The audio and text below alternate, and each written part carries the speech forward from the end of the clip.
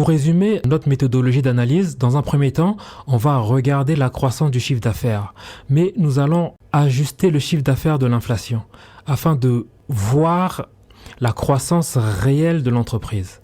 Après avoir analysé le chiffre d'affaires, on va ensuite regarder l'évolution du ratio capacité d'autofinancement sur chiffre d'affaires. L'idée ici est d'avoir idéalement un ratio en augmentation ou sinon un ratio qui est stable. Parce que lorsque le ratio diminue beaucoup, cela veut dire que l'entreprise génère de moins en moins de cash sur ses ventes et que à terme, ça va lui poser des problèmes pour investir, pour rembourser ses emprunts et pour verser les dividendes. Ensuite, nous allons regarder le ratio autre investissement des investissements. L'idée ici, c'est de repérer les années au cours desquelles l'entreprise a fait des investissements significatifs. Une fois que vous repérez ces années, allez regarder en détail dans les états financiers de quoi il s'agissait. Pourquoi l'entreprise a réalisé ces acquisitions-là?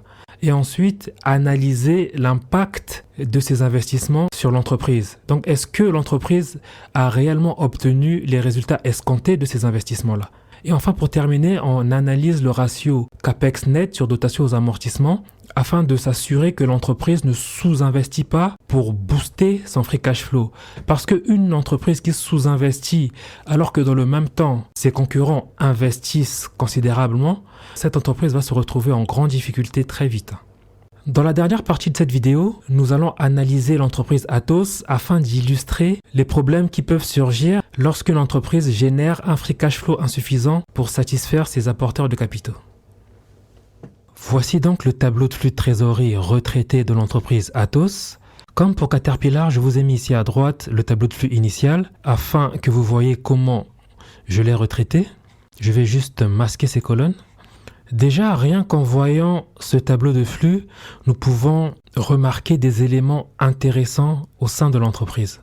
Premièrement, regardez comment évolue la capacité d'autofinancement avant frais financiers et impôts. On voit qu'elle est en diminution continue au cours des 5 dernières années. Les problèmes pour Atos ont réellement commencé à partir de l'année 2021. Regardez à quel point la capacité d'autofinancement a chuté, en passant de 1,4 milliard à 613 millions.